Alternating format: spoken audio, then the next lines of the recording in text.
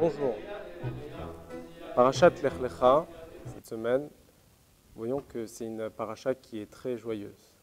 Ce n'est pas le cas dans les parachiotes qui l'ont précédé, la parashat Bereshit, où au début, bien sûr, on nous parle de la création du monde, de les merveilles de la création, mais à la fin de la parasha, on parle de la faute de Adam et Ève, de Caïn et Abel. Dans la parashat Noach, ensuite, nous voyons le déluge, Maboul, nous voyons la faute de la génération de Noach. Et tout à la fin de la semaine de la parashat Noach, il y a la naissance de Avraham Avinu. Lorsque nous arrivons dans la parashat Lech Lecha, là, à ce moment-là, c'est entièrement une parasha joyeuse. Entièrement, on parle de la vie de Avraham Avinu, comment Dieu le protège, n'importe quel endroit il se trouve. Bien que, au milieu de la parasha, nous avons vu la descente de Avraham Avinu lorsqu'il est parti en Égypte et les problèmes qu'il a eus avec sa femme Sarah. Mais quand même, cette descente, c'était justement pour une élévation, pour aller sortir et avec une grande richesse et avec beaucoup de biens. Donc en général, toute la parasha Lech Lecha, c'est une parasha qui est joyeuse. Pourquoi ? En réalité, la parasha de Bereshit, c'est une parasha qui parle essentiellement de l'action de Dieu, comment Dieu il a créé le monde, les merveilles de la création. Alors que la parasha de Noach parle essentiellement de l'action de l'homme, comment l'homme il réagit envers Dieu. Et on a vu la bassesse de la génération de Noach. Alors la question qui se pose, c'est comment il peut avoir une connexion entre les êtres humains et Dieu.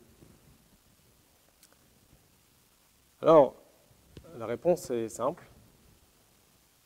On nous dit qu'au sujet de Matan Torah, du don de la Torah, il y a eu un décret entre le ciel et la terre. Il ne pouvait pas avoir de lien entre les mondes spirituels et le monde matériel. Lorsque Dieu il a donné la Torah, à ce moment-là, ce lien il s'est brisé. Cette barrière s'est cassée. Et à ce moment-là, il a pu avoir un lien entre les mondes spirituels et le monde matériel.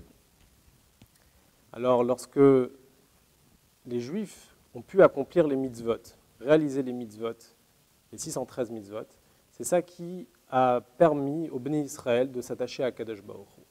Qui était le premier à s'attacher à Dieu? C'était Avraham Avinu. Et c'est lui justement qui va nous donner la force. Avraham Avinu, Dieu il lui a dit, début de la paracha, Lech lecha me'artzecha u'mimolatecha u'mbet avecha. C'est-à-dire, sors de ton pays natal, et va vers la terre dans laquelle je vais te montrer. Ça veut dire, sors de ton endroit, de tes limites, et va t'attacher à quelque chose de plus haut, de plus spirituel.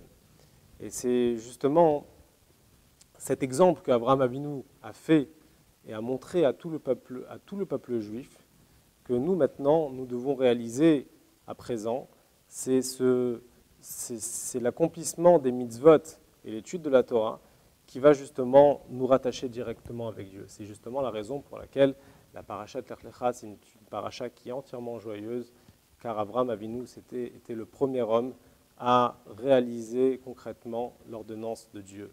Nous voyons aussi dans la parasha ce Misirut Nefesh, ce don de soi que Avraham Avinu il avait envers Dieu, qui différencie justement le don de soi qu'il avait Avraham Avinu par rapport à Rabbi Akiva.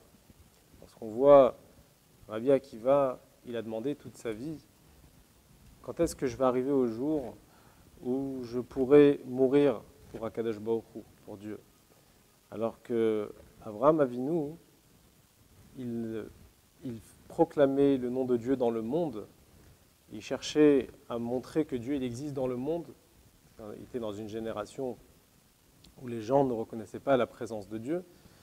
Et il s'est dit, si un jour je devrais perdre la vie pour ça, je le ferai. Mais ce n'était pas ce qu'il recherchait principalement. Là, on voit l'attachement qu'Avraham Avinu il avait avec Dieu. Et justement, c'est l'exemple que Abraham nous a donné et nous aussi, on peut le transmettre à nos générations. Au revoir à tous.